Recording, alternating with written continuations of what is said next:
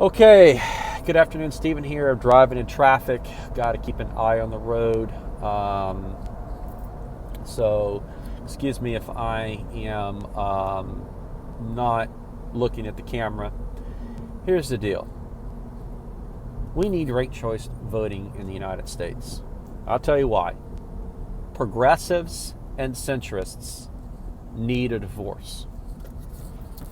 Let me say this again. Progressives and centrists need to get a divorce. It's a toxic marriage. I have a child of divorce. My parents are divorced, and I love the both of them. But I think they need a divorce. It wasn't all one person's fault or the other. Somebody can make an argument about that between progressives and centrists. Okay, those that are supporting Joe Biden, Amy Klobuchar, centrists. Those that are supporting Bernie Sanders. And even though collectively we are to the left of what anything Donald Trump and the right-wing Nazi Republicans have to offer, there are vast differences in philosophies and how to win an election. But we are stuck together in a very toxic marriage because the alternative works. Sometimes people are stuck together in a toxic marriage because they want the kids to have both parents. Other times people are stuck in a toxic marriage because they need each other's income to survive, and they divorce. It's going to be the alternative. It's going to be a lot worse. That's how I feel it is. This is how ranked choice voting works. So basically, in order to win, a person has to get 51%, not just a plurality. The way to do that is, and I'm not going to go into all the specifics because math and distribution, it pretty much does not work. That's why I'm not an engineer. Okay. So basically, the way it works. This is how an example. Let's say you had Dr. Jill Stein, Hillary Clinton, and Donald Trump.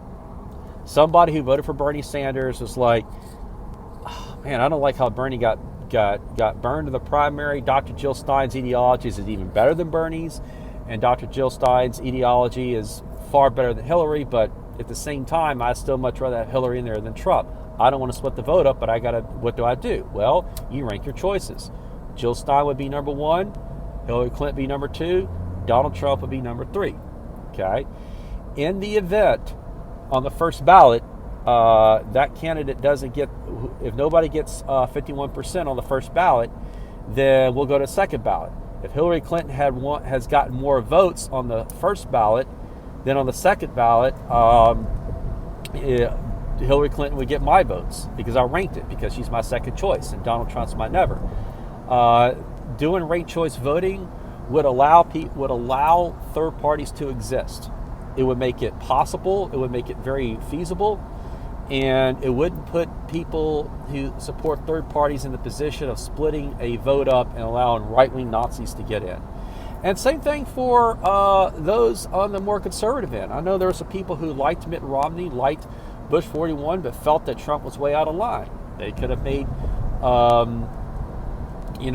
they could have made, like say, Mitt Romney the first choice, Trump a second choice, and Hillary a never choice. And it could have worked that way for them as well. So we really need, having a two-party system, I think, is dysfunctional. And I think that's part of the reason why there's so much acrimony and so much bitterness. Another way to get out of